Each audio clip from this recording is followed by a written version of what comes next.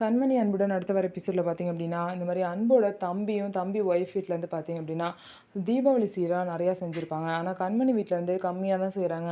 அவங்க வந்து கஷ்டப்படுற ஃபேமிலி அதனால கம்மியா தான் செய்வாங்க. ஆனா அந்த பாட்டி பார்த்தீங்கன்னா, ரொம்பவே அசிங்கப்படுத்தி அனுப்பிச்சுருவாங்க. இதுக்கப்புறம் பார்த்தீங்க அப்படின்னா, அந்த கண்மணியோட அம்மா வந்து ஒருத்தவங்களுக்கு ஹெல்ப் பண்ணியிருப்பாங்க. அவங்க வந்து பார்த்தீங்க அப்படின்னா, அந்த விஷயத்தெல்லாம் தெரிஞ்சுக்கிட்டு, கண்மணியோட அண்ணன், அண்ணி அப்படின்னு சொல்லிட்டு, "நாங்க தான் கண்மணியோட பெரியப்பா பையன்" அப்படின்னு சொல்லிட்டு பொய் சொல்லி அவ்ளோ சீரு 34 தட்டு வந்து எடுத்துட்டு வந்து, அது மட்டும் இல்லாம கண்மணிக்கு நகை, பட்டாசுன்னு சொல்லிட்டு எல்லாத்தையுமே எடுத்துட்டு, ஆறுமுகமும், பைரவியும் வருவாங்க. வந்து எல்லா சீர்தட்டையும் எல்லாரும் முன்னாடியும் வைப்பாங்க.